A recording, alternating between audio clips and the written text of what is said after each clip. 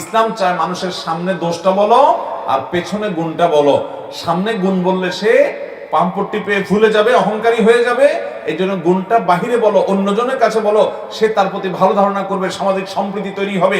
আর দোষগুলা পেছনে বললে অন্যরা তার প্রতি কুধারণা করবে, খারাপ ধারণা করবে, সম্পর্ক নষ্ট হবে, সামাজিক সম্প্রীতি বিনষ্ট হবে। বরং দোষের কথাটা ওই লোকটার সামনে বললে সে নিজে সংশোধন হয়ে ভালো মানুষ হতে পারবে।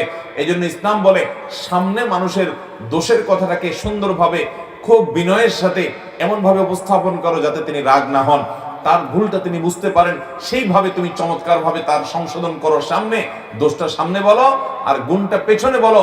সামনে গুণ বলবা না, সামনে গুণ বললে সে অহংকারী হয়ে যাবে। মুখের সামনে যে প্রশংসা করে, নবী সাল্লাল্লাহু আলাইহি ওয়াসাল্লাম বলেছেন তার মুখের উপরে মাটি মারো, কারণ সে তোমাকে অহংকারী করে দিচ্ছে। প্রশংসা করলে সে পেছনে করবে, আর দোষটা সুন্দর করে বিনয়ের সাথে সামনে বলবে। আর আমাদের নেচার হয়ে গেছে, অভ্যাস হয়ে গেছে, প্রবণতা হয়ে গেছে উল্টা। আমরা মানুষের সামনে পাম করতে দিই, বলি মুফতি সাহেব মাশাআল্লাহ আপনার ওয়াজ শুনলে ভাই দিলটা জুড়ে যায়, সুবহানাল্লাহ, কেমনে পারেন ভাই এরকম, মাশাআল্লাহ মাশাআল্লাহ। আর ওই পিছনে আরেকজন কাছে বলে দেখ বেটা কোন কিছু জানে, বোগাস। সামনে আসলে আমরা পাম করতে দেই আর পিছনে গেলে বাঁশ দেই, ঠিক না বেঠিক?